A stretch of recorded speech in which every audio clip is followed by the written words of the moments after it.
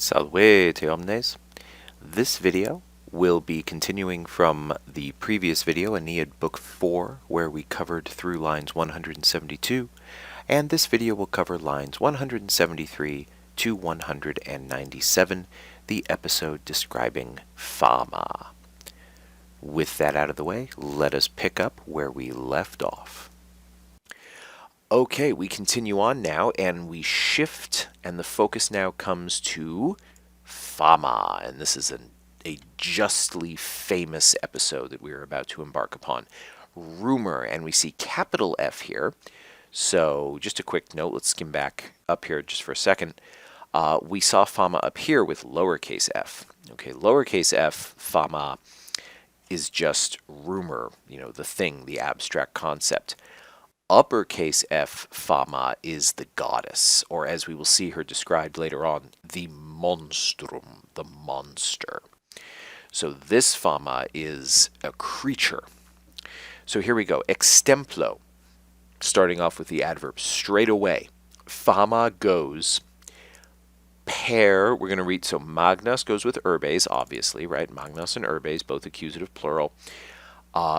Both being governed by pair, so in the prepositional phrase, and then lubiae is the genitive with urbes, right? So also in the prepositional phrase. So straight away, Fama, rumor, travels through the great cities of Libya, Fama, and then this entire phrase is standing in apposition to Fama. So this is how we're going to read this in order to make it make sense for us in English. Rumor. No other evil, okay, that's how we start. We supply the est that is missing, obviously, from this phrase. No other evil is, and actually we should include the ulum here to go with non alia. This would be actually an example of timesis, okay, the rhetorical or stylistic device called timesis, because non ulum, when you put it together, is the Latin word nullum. But we see here that it has been split up into its component pieces, non and ulum, so as to highlight aliud velocius. So when we read non aliud malum, we should read non ulum aliud malum. No other evil at all is velocius, swifter, qua. Now this qua we can tell from scanning, right? Fama malum qua non aliud velocius ullum. We see that the A here in this qua is long. That tells us that the qua is ablative. And with this comparative adjective in the neuter, velocius, we know that this is an ablative of comparison. Rumor, no other evil at all, is swifter than she. That's how that ablative works. Continuing on, mobilitate, we get she grows. The subject is Fama throughout all of this, all the way down to right here, line 178. So Fama, mobilitate, we get. She gathers strength, we get. She grows strong by moving, okay, by means of moving. And acquirit, so she acquires, this is where we get that English word acquires. She acquires vires. Now we see here that vires, in your text it might say vires with an E here at the end, ES. Here in my text it's virisque. This is a third declension accusative plural. Sometimes the accusative plurals of the third declension in poetry will show up with a long I instead of a long E. So it is the object of acquirit. She gathers strength by going. This is a gerund, all right, being used in the ablative case and as an ablative of means. Parva, this is Fama. So parva metu primo. So primo here is being used adverbially. So we would say at first. It's not really going with metu. So don't read those together. At first, small, because this is another ablative of cause, metu, because of fear.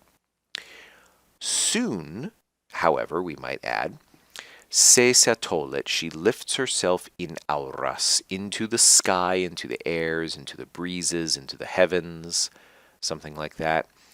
Ingrediturque solo. So she marches or goes forth. This is a deponent verb right here, ingreditur. Solo is interesting. Solo, based on its ending, could be dative or ablative, and it is actually possible to understand it potentially in both ways. It could be the ablative of place where she walks. It could, however, also be a dative because of the prefixed verb ingreditur. It's not necessarily entirely clear, so we have to deal with the ambiguity. Et caput inter nubila condit, and she establishes her head, Fama does, amidst the clouds. Inter nubila, prepositional phrase. Okay, continuing on. These three lines here, down to 180, discuss the origins and parentage of Fama. Where did Fama come from? So here we find out that terra parens, right?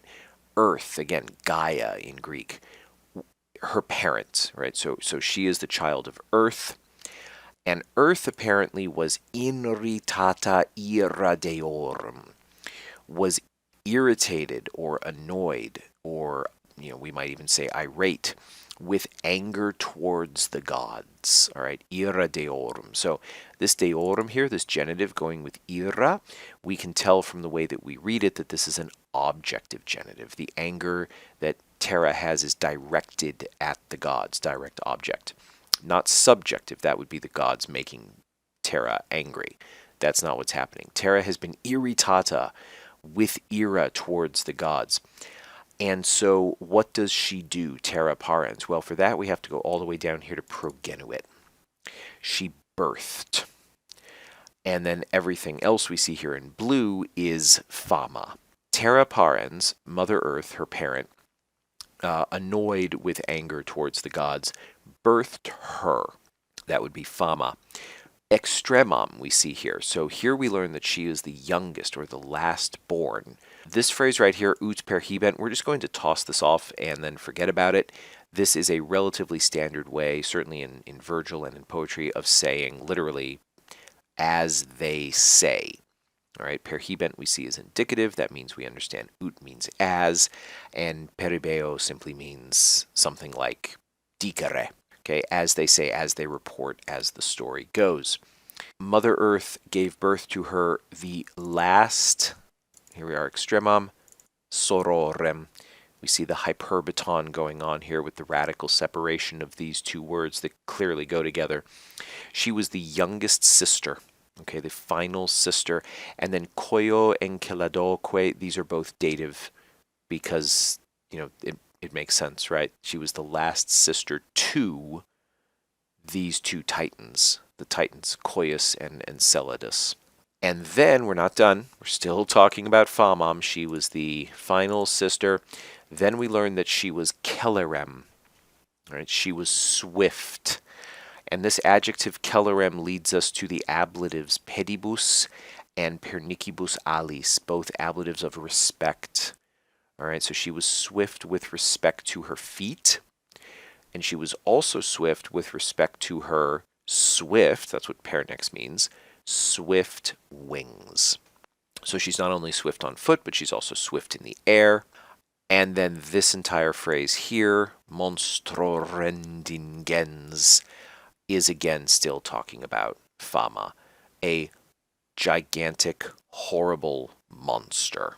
And it's just a neat little fact here that the elisions the elision here, it's not going to let me do it. Monstrum monstrorendum. So that elides, monstrum and horrendum, and then horrendum and ingens elide. So you end up with a double elision, which creates literally a single phrase that encompasses half of the line, highlighting the massiveness of this monster. Cui. Let's move on now away from parentage and let's talk more about Fama. Cui. Cui is dative, and with sunt, we know that datives with esse are oftentimes possessive, and that is in fact what this cui is doing. So this cui right here, so for whom there was, a more natural way perhaps in English would be simply to say who has. For whom there was, and then that leads us to these correlatives of quote and then tot, tot, totidem, tot. So there's a lot of correlation going on here. So let's look at exactly what's being sort of related one to the other. We are talking about the number, because we know that quote and tote have to do with counting, right? Enumerating. The number of plumae. As many, we would say for quote, feathers on her body, just ablative of place where. There were for her as many feathers on her body as, and then each of these will be in relation to the plumae. So for each pluma, we have these. We have vigiles oculi, which would be wakeful eyes. Subter, this is the adverb, so underneath the feathers we have wakeful eyes. Mirabile dictu. Just a reminder that dictu, right, is a supine, and it is in the ablative case. This is technically an ablative of respect. And mirabile is the neuter singular adjective referring collectively to everything that we just said. She has as many feathers upon her body as she has watchful eyes beneath them. Oh, what an incredible thing to speak of, right? Unbelievable with respect to discussing it. Moving on, what else does she have? She has that many tongues. We can still understand subter, presumably, this adverb, covering everything that follows, underneath each feather. She has an eye. She has a tongue. She has mouths which sonant, which make noise. And she subrigit, she literally something like perks up or raises up from underneath. That's how we understand the sub prefix here with subrigit. That many aures. Once again, this use of auris is actually an alternate spelling of the third declension accusative plural aures. Your text might have aures. So ears. So for each feather that she has upon her body, underneath we have an eye, a tongue, a mouth making noise, and she perks up an ear underneath each feather. A horrible monster indeed. Continuing on, now we see what she does. Nocte, just a simple ablative of time when, during the night. She flies. Where does she fly? Well, that's covered by this phrase right here. Kaili medio terraeque. Now, medio is the ablative telling us where she flies, and then Kaili and terrae are the genitives going with medio. So literally in the middle of the sky and the land, but we would understand this more naturally in English as exactly between, right? In between the sky and the land. She flies through the shadows. Or shadow singular. Stridens, the present active participle, shrieking or creaking or something to that effect. And she does not declinat lumina. She does not lower her lights, literally, is what lumina are, but we remember, of course, in poetry, lumina are almost always eyes, very rarely actual lanterns or lights. So she does not lower her eyes in, we would say, sweet sleep. Dulci goes with somno, the I stem ablative of the third declension adjective going with the somno. So that is what she does at night. Luce, another ablative of time, balancing the nocte, during the day, right? This is obviously not, we could say in the light, but it's during the day, in the day. Sedet custos, she sits, we could say in English, as a guard or like a guard. Either, we see here the out, giving us the two places that she sits. She sits either at the culmine, this would be the ablative of place where, and then genitive of sumitecti. So she'll sit upon the top of the highest roof, or the pinnacle of the tall roof, or she will sit upon lofty towers, turibus altis, and magnas territata urbes. She will terrify great cities. And then we see here, now this phrase is lovely because we have another correlative between tam and quam. And around the tam and the quam are going to be balanced ficti and wary, right? Perhaps unsurprisingly, falsehoods and truth. But we're going to see something about this truth. We're going to see that the truth is actually prawi. Okay, it is a twisted truth. Fama then is described as a tenox.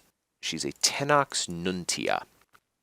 So something like a tenacious messenger, because she's a she, right? So not a nuntius. She is a tenacious messenger, and then the tom quam comes in. She is a tenacious messenger, as much, we might say, of falsehood as, then we get to the quam, of twisted truth. So the issue isn't that Fama lies, because Fama does lie, but Fama also tells the truth, but even when she tells the truth is twisted or bent in some way. Okay, continuing on now. Hike. This hike is Fama, she, then multiplici populos sermone replebat. So she fills the peoples, these would be like the various groups of people, the cities, etc., with her multiplici sermone. So this is her speech or her report or her rumors that are multiplici. They are multifaceted. So the idea here is, right, with Fama, every time she tells a story, it's different. So this could almost be diversi, okay, or diverso in this case, diverso sermone, with different stories, right? They're somehow, various stories. Gaudens, the present active participle, still Fama. She loves doing it. She rejoices in it. And pariter, factat quinfecta, canebat. So equally, this adverb going with canebat, she sings facta. So we would say she sings of, or she tells the story of. Facta, that is things that actually happened, and infecta, things that didn't necessarily happen, right? We see a lovely, just this negative prefix with in going on to facta. So things that did happen and things that did not happen. Let's take a look at what exactly she has been saying. And of course, since Fama has been singing this, that is why we have gone just very smoothly into oratio obliqua, indirect speech. So, what has Fama been saying? Apparently, Aeneas has come, right? Venisenean. Aeneas has come. Who is Aeneas? Well, he is sprung from Trojan blood, Troiano sanguine. This would be an ablative of place from where, or ablative of source. Cui, this would be Aeneas as the antecedent. So to whom lovely Dido has deigned. So this verb here, dignatur, is deponent. It is not passive. Dido has deigned, so she has agreed to jungere se, to join herself to him as her husband. So cui and viro are both dative and they go together. To whom as a husband. That's how we understand we're in this context. Because we, first of all, there's the verb jungere, which means to join to. So we're talking about a marriage. And of course, we just read about the encounter in the cave that apparently was a marriage. So now Dido is married, Fama says, to Aeneas. And now, what are they doing? So there's a lot going on here in this line, especially with this phrase quam longa, which we're going to have to focus on in a second. What are they doing? Well, now we are still in indirect speech. So when we see foere, we see that it's an infinitive. So that's, and then of course we see the accusative subjects of it down here with immemores and captos, but we'll get to those in just a moment. Let's start with this line and see what Dido and Aeneas, according to Fama, are doing. Well, they are foere, so they are enjoying each other, as it were. They are caressing, something like that, right? Gotta keep this YouTube video PG. So they're having a good time. Hiemem. Now notice hiemem is accusative, but it is not indicated as the object because it is not the object. Hiemem is an accusative of duration of time. Throughout the winter, they are enjoying themselves, we'll say. And that the idea of enjoying themselves is actually how we get to inter se. Okay, it's not an object, obviously, of foere. It's a prepositional phrase, but it's something like they are having a good time inter se. We would say with each other. All right, se is referring both to Dido and Aeneas collectively, so it's plural. They are having a good time with each other all through the winter. And then I want to stay on hiemem here for just a second, because the idea of hiemem all through the winter is how we get to quam longa. So what's missing here? Well, there's a lot missing here with quam longa. Basically, the quam longa, longa is referring to hiems, because hiems is feminine. And so what's missing is a tam, as long as the winter is, or something to that effect.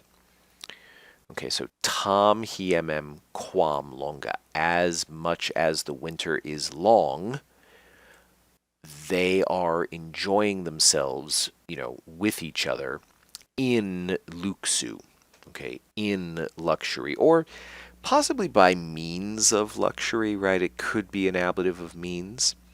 Okay, it's kind of up to you here with luxu. And then continuing on, we see the accusative adjectives that are modifying Dido and Aeneas as the subjects. All right, and there are two phrases. They are regnorum memores, they are unmindful or forgetful of their kingdoms, and they are captos, so they have been captured or seized by, right? This is a perfect passive participle, which is why we have these ablative, this ablative of means here, terpi cupidine.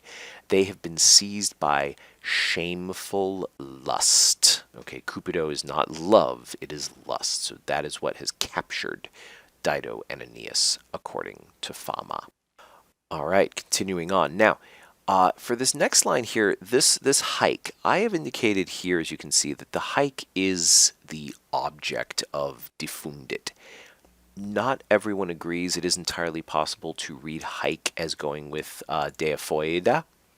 So it really kind of depends. I prefer to read hike as the object of diffundit, in which case the foul goddess, that would be fate, excuse me, not fate, Fama, the foul goddess pours these things that we were just talking about up here in the last 4 lines, pours these things hither and yon, right, passim, here and there, into the mouths of men. This virum is the syncopated genitive plural virorum, which of course we're used to seeing.